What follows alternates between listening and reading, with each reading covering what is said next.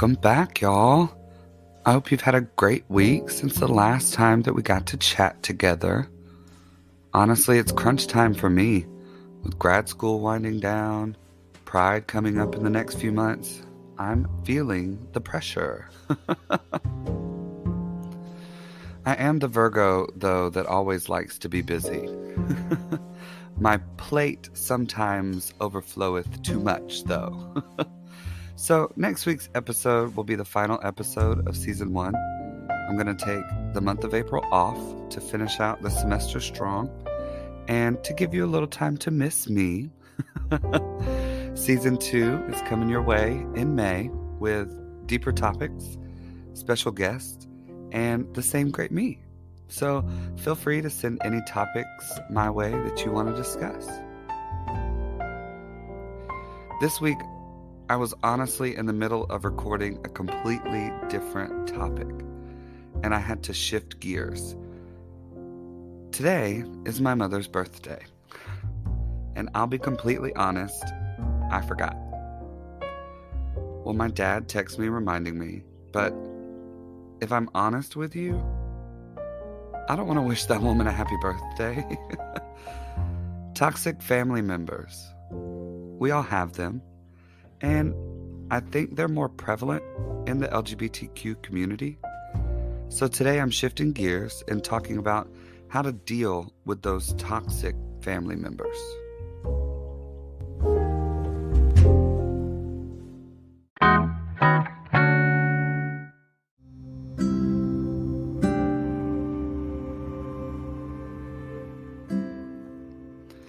So some of you may know the story. If you missed my coming out episode, then you may not know that I don't talk to my parents a lot, and I don't talk to my brother at all. I haven't for 3 years now. I text my parents periodically, but I haven't been invited to a family holiday or even seen my family since I was kicked out of Thanksgiving 3 years ago at my brother's house. Within 5 minutes of being there, I'm having a private conversation with my father and brother in his garage, where my brother informs me that he doesn't want any of that gay shit around his kids. Well, guess what? I am that gay shit. So I didn't say a word. Very unlike me. I walked inside, grabbed Aaron, and left. My brother told me as we were walking to the car that I could come back just without Aaron. And if Aaron hadn't physically put me in my car, I was about to fight my own brother in his front yard. My parents were right there watching the whole thing. Didn't care to defend me at all. Their response, well, it is his house. We do have to go by his rules. Nuh-uh. I'm gonna have to call bullshit. But anyway, I have zero respect for my brother and his wife, and I have very little respect for my parents. I told my mother, who after all this happened, by the way, mailed me my Christmas presents for that year instead of trying to invite me to Christmas. And then the past 2 years, I've gotten a card with some cash in it. Yeah, I'll take your guilt money. Thank you. I confronted her and I said, well, if you host Christmas and he doesn't come, then that's his choice. To which she responded, well, it's easier for us to come up there because of the kids. Did anyone ask him to have 4 children? Does he not know how to travel with those 4 children? So she refuses to host any holidays, so we can all come together as a family. So I don't really talk to anyone.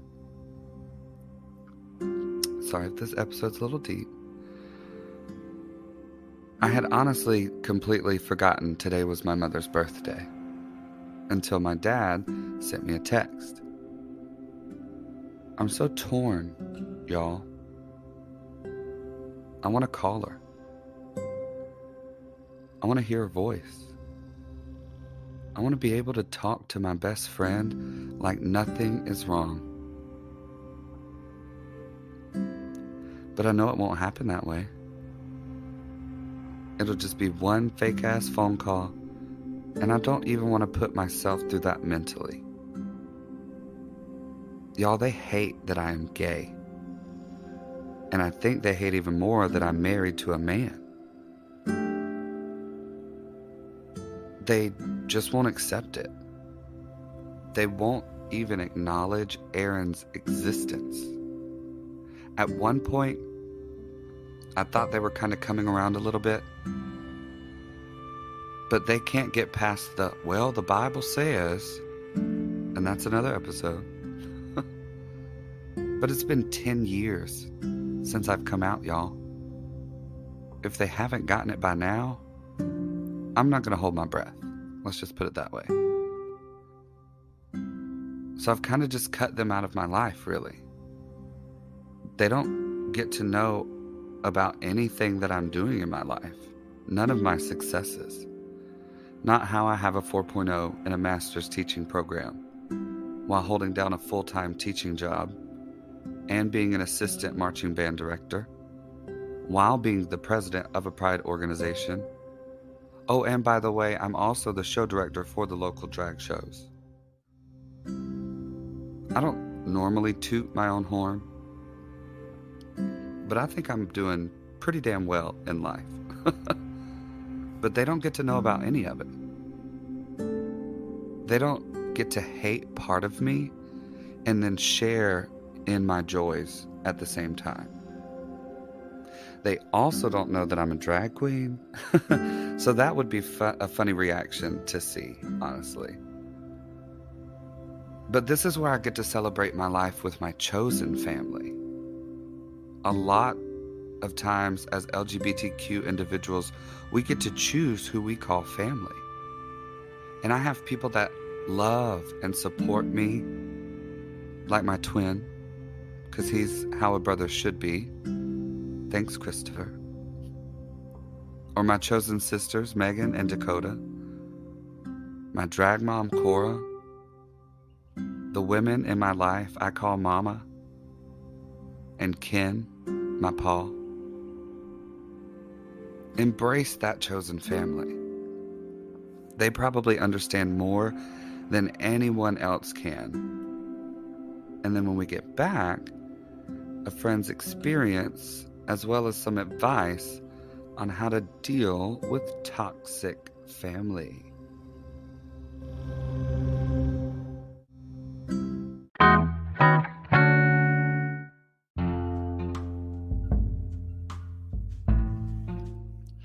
I posted quickly on Facebook and Insta this afternoon that I was shifting gears topic-wise, so I apologize. I don't have as many questions or experiences to talk off of. But a very good friend did send me the story of how his dad would introduce his then boyfriend, but now husband, as, quote, Alan's friend. And Alan, I only laugh because Aaron's mom did the same thing. He said his dad, however, was starting to do it frequently, and it kind of started to piss him off. So they had dinner one night, and Alan brought up to his dad how he felt about the situation. See, communication works with any relationship. Come to find out, his dad only did that because he didn't know how people would react to him introducing his gay son. I mean, I get it. It's Alabama. And they expressed that that was not a good excuse. But he responded with, well, I really didn't know what to do or say. This is all so new to me. And they said this was probably a month after coming out.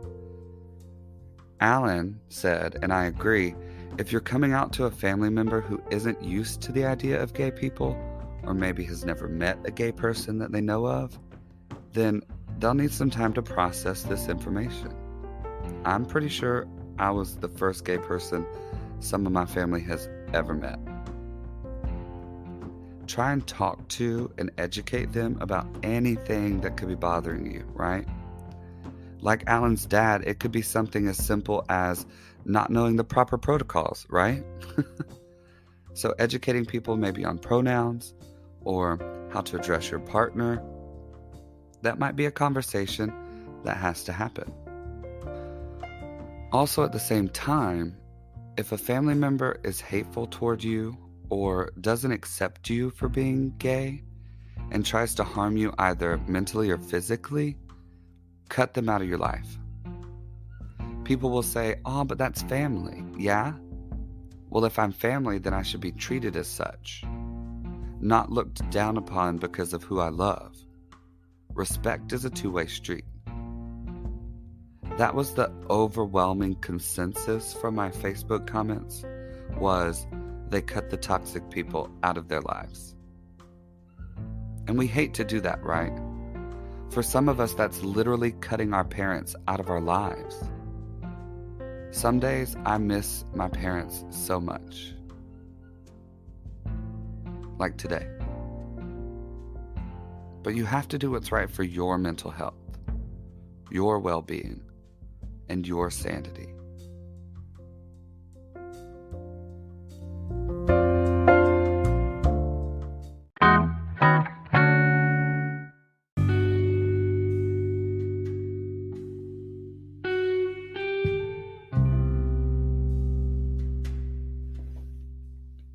So to help myself out today, I found some tips on how to deal with toxic family members, and I thought I would share a few with you. Number 1. If the toxic family members are your parents, stop doing things to solely please them. I get it. We want our parents' validation and approval.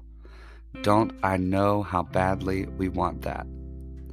But sometimes it's not a reality. So we have to stop doing things that will make our parents happy and do things that will make us happy. Because at the end of the day, your happiness is the only thing that matters. Like drag. If my parents knew how much I love drag and how much fun I had, I'm sure they still would try and take it away from me, or want me to stop doing it at least. I'm sure it would be an embarrassment to them. Number 2, set boundaries with that person or persons. Boundaries are just expectations on how you want to be treated. So maybe a boundary is no hugs. Or maybe a boundary is we don't talk politics at the dinner table because we never agree. We have that rule. While I love Aaron's mom to death, we are completely different politically. I chalk it up to how she was raised, and we just don't have those conversations because they never end well.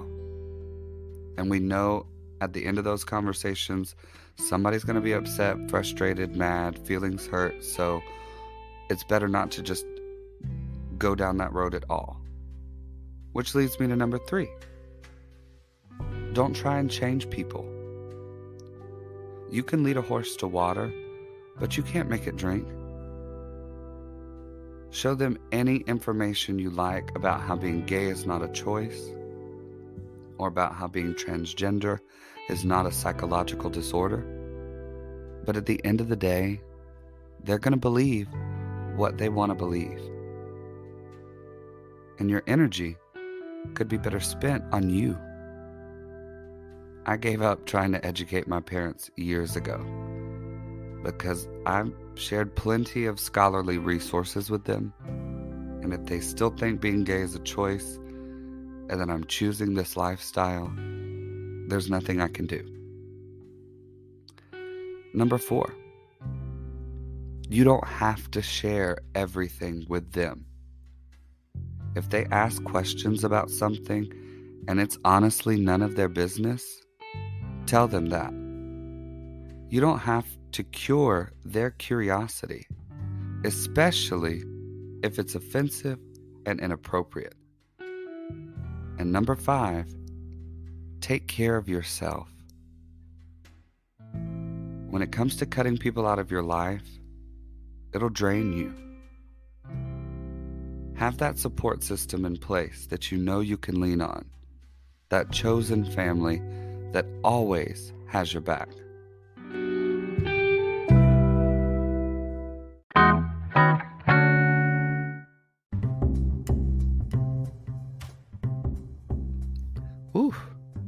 Sorry, y'all. Got a little deep with this episode, but I think we've done that in a couple of past episodes. But vulnerability is a good thing. I hope this episode was helpful to you. I hope you feel empowered to stand up for yourself, to set those boundaries. I will throw out a disclaimer and say that cutting people off is way easier said than done, but your mental health will thank you, especially if that person is causing you to second guess and question yourself. You don't need that negativity in your life. It's okay to love who you love and be who you are, even if you need to change how you look on the outside to match how you feel on the inside. Listen to me when I say this. You are loved. You are valid. You are accepted just as you are. And don't let anyone try and take that away from you. I hope you have a great week. Next week will be the season 1 finale episode. I'm going to talk about how to get involved in your local LGBTQ pride community. That was supposed to be this week's episode, by the way. But my brain was telling me to do this. So I hope you enjoyed. I hope you got something out of it. I hope I helped you a little bit. Love ya. Have a great week.